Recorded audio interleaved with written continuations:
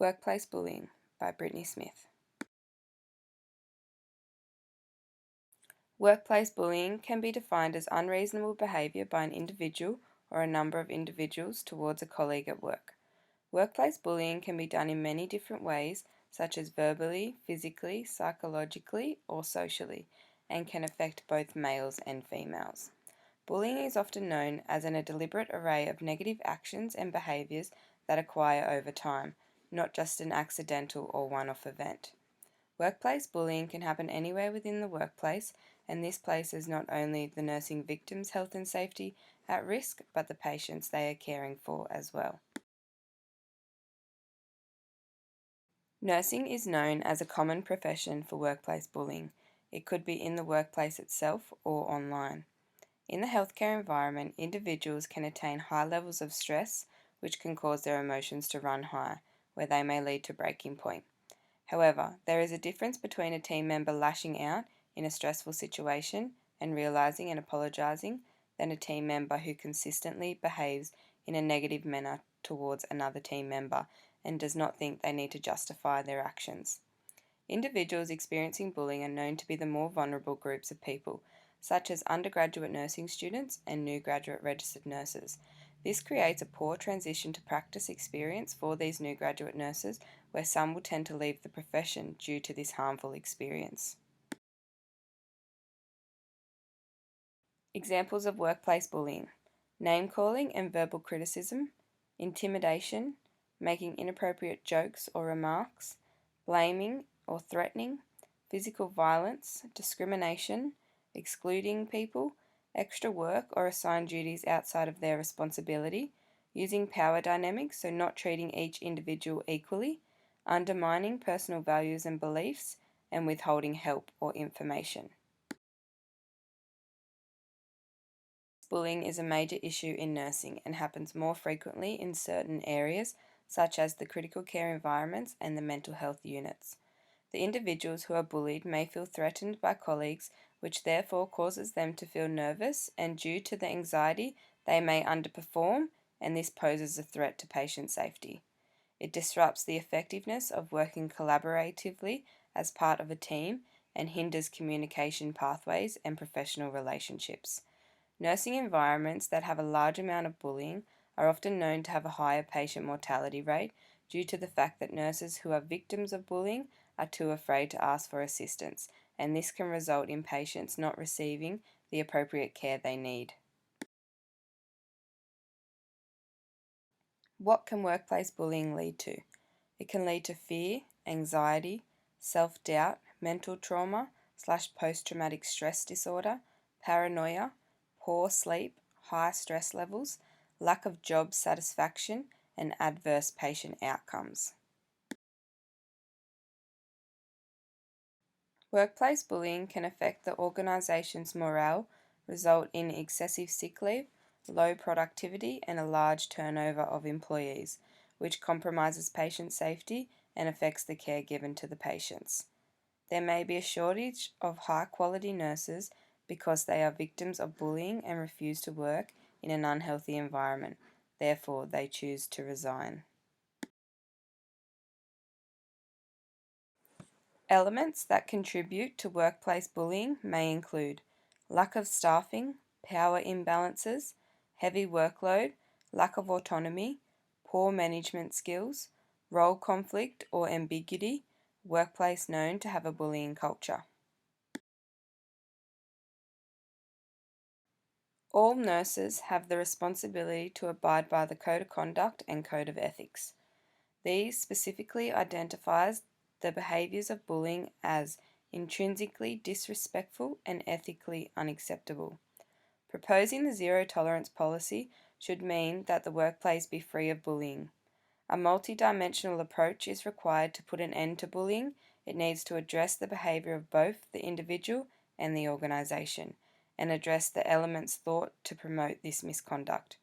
The need for workplace bullying to be identified and addressed early is essential to ensure a healthy workplace and promotes patient safety. Training and education need to be maintained as it promotes positive management of workplace bullying and plays an important role in prevention. Highlighting the impact bullying has on an individual, the organisation, and the productivity is also an essential component to educating all staff. Workplace bullying can result in serious ramifications to patient safety. It affects the individual's professional competence. While they may blame themselves for other people's actions, this results in added stress, which affects their reputation and challenges their professional identity. There is an added risk for clinical errors when nurses are under high amounts of stress or burnt out, as it affects their ability to practice competently and confidently.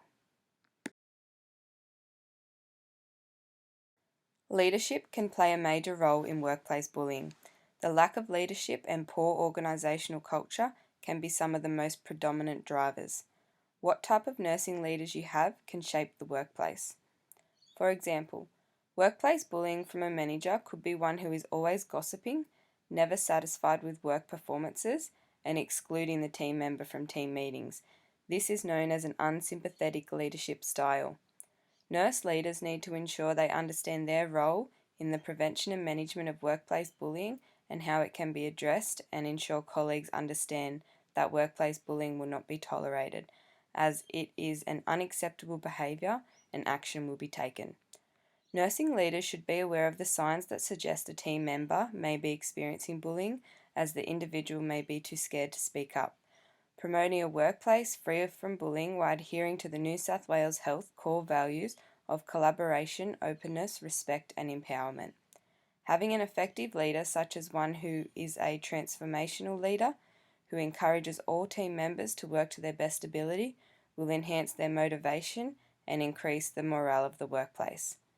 Ensuring a collaboratively and humorous approach is used to avoid any further bullying and intimidation. According to Safe Work Australia, in 2015, Australia had the sixth highest rate of workplace bullying. Between 46 to 100% was the prevalence of nurses being bullied in the workplace in 2013 in Australia. During an international survey, there were 80% of people who witnessed workplace bullying on a nurse colleague. Nurses are 3 times more likely to be victims of workplace bullying, and females are considered to be the most vulnerable. Responsibilities as a new graduate registered nurse.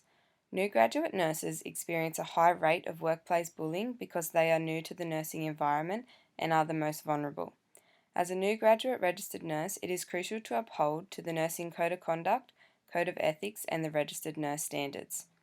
There should be opportunities to raise any concerns regarding patients and the care or treatment that is being given, without worrying about any accusations from other team members.